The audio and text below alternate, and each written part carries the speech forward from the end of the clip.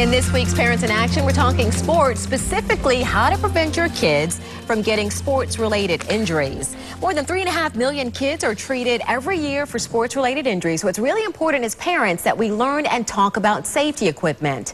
Most of the injuries are from falling during a game or running into a teammate, but there are also a lot of preventable injuries like overextending themselves physically.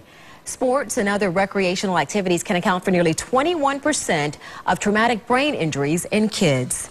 Angela Ardolino, the editor of Tampa Bay Parenting Magazine, is here now with some tips on what we can do as parents to make sure that our kids stay safe on the field. And you say, first off, it's important for us as parents to examine the safety equipment that they use to keep them safe. It is, and it's not good to go with the cheapest versions of the safety equipment, even though some of it can be very costly. But there's some wonderful stores I know, Play It Against Sports actually resells sports equipment safe. So make sure that it's really good and that it does what it's supposed to do, and that your children understand how to put it on and why they're wearing it, what they're doing, that they could get hurt, so that they're aware. Sometimes they get in the heat of the game and the competition, which is all fun and exciting, but they need to understand why it's important to keep themselves safe and how to put their equipment on. If something gets off, that they put it back on, or that they go to an adult to ask, you know, is this on right, my strap's loose, whatever it is, so that they keep themselves safe. And something else that a lot of parents and maybe kids may take for granted, the importance of warm-ups and cool downs. Why is this so important?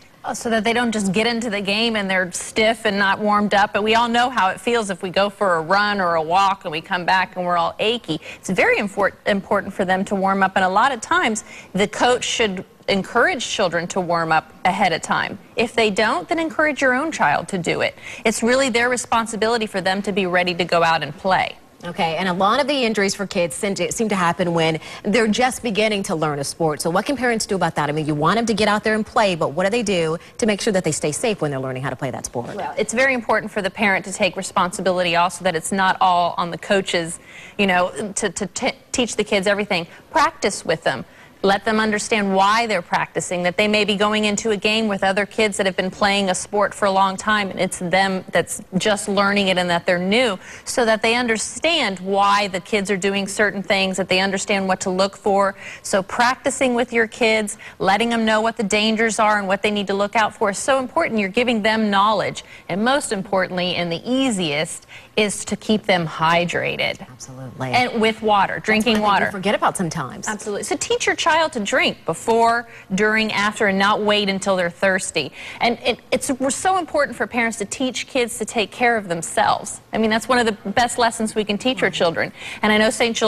Joseph Children's Hospital has a great list of what the kids can actually do to take care of themselves, so they can have a little checklist. Check them. Do I have all my sports safety equipment? Do I have plenty of water? Have I warmed up? Do I know what I'm doing? You know, type of thing. So it's really important to give the kids responsibility to take care of themselves, because as they get older, the injuries get worse and happen more often. Give them that foundation. That's right. All great tips. Of course, as parents, we want them to have fun and succeed, but we got to make sure that they stay safe. That's right. All right. Thanks, Angela. Thank you. And Angela's going to be back with us next week because we're talking about introducing kids to musical instruments.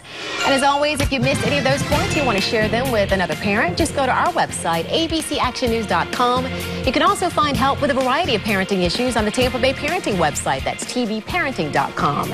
And while you're there, you can sign up for a free subscription to Tampa Bay Parenting Magazine.